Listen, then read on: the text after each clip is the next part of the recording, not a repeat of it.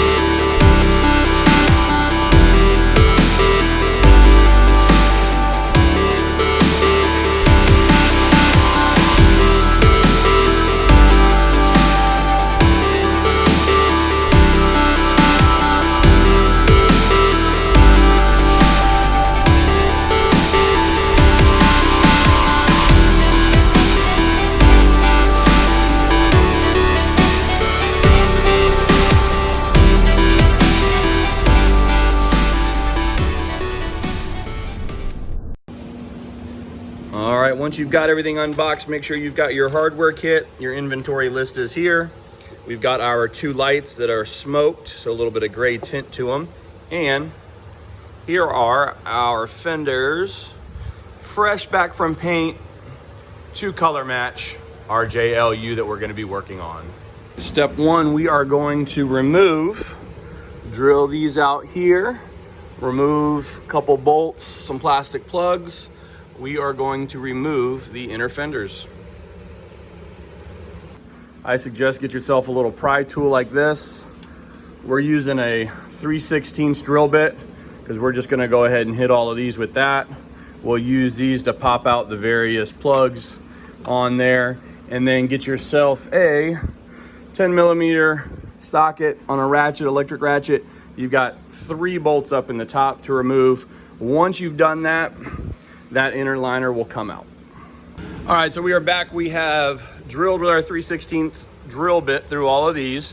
We've removed our 3 bolts that are up here, and then we removed the little plastic clips, and we've pulled out our inner fender. So once you go ahead and get that done on both sides, next step is go ahead and undo this factory harness. Don't damage this, you're gonna use it later. But go ahead and pull out the red tab, pull that unplug, and then we're gonna go ahead and pull these off and get ready for install. One thing I wanna add is don't forget, there are a couple bolts under here. Once you get that inner fender out, you're gonna have to remove those as well too. Don't forget that.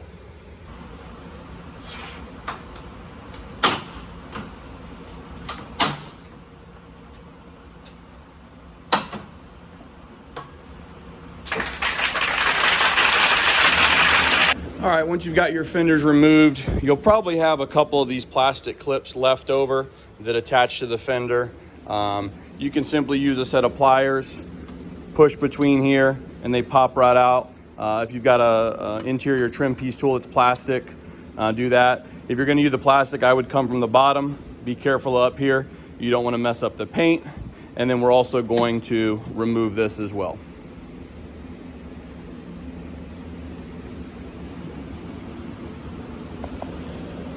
All right, so all the clips are now been removed. We've also removed this side piece. Same thing, just use a trim tool, get under here, pop it. Don't come from this way. We don't want to mess up the exterior paint.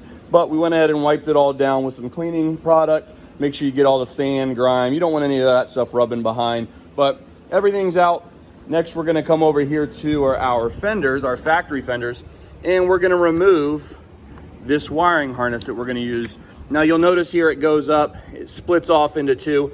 We're actually gonna trim it right there because we're gonna splice into that later, and we're actually not even gonna use this whole length, but we're gonna cut a little bit ahead right there.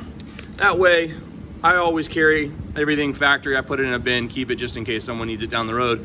That gives us a little bit of length, and then we've got plenty here. So we've got our pry tool. We're gonna go ahead and pop that off and do that on the other side as well.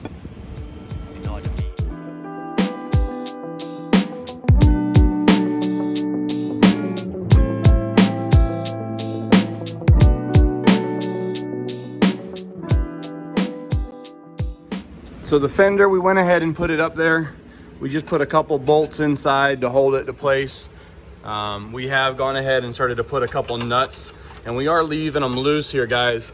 That way, if we need to move this at all, up, down, side to side, we can do that. I do recommend before you get started, especially if you're doing this by yourself, go ahead and do yourself a favor, put those washers on all the nuts.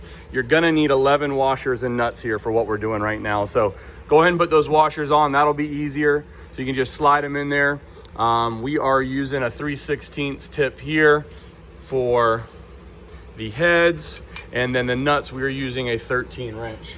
Now, you may also need a set of pliers so that you can put these pliers there, hold it in place between the pinch seam here, hold that nut in there, and then thread it through. But again, right now, we're just gonna go ahead and put all 11 bolts in, get a nut on the back side, and then we'll come back and we will start. All of our nuts, washers installed. So now we're gonna go ahead and tighten them all up. This guy here's a little tricky, but you can get a needle nose in that way. You don't have to come back this way. But they're all tightened up, guys. And next we will be setting our lights in. Since everything's now tightened up and it's time to install the lights, go ahead and connect the lights back here. I went ahead and ran them underneath here, and you can see where they're at now. We're gonna supply them. I did run the wires over this way to here. You do have plenty of footage. Now this Jeep here has the LED kit on it, so you can do the white to either the white and brown or white and orange.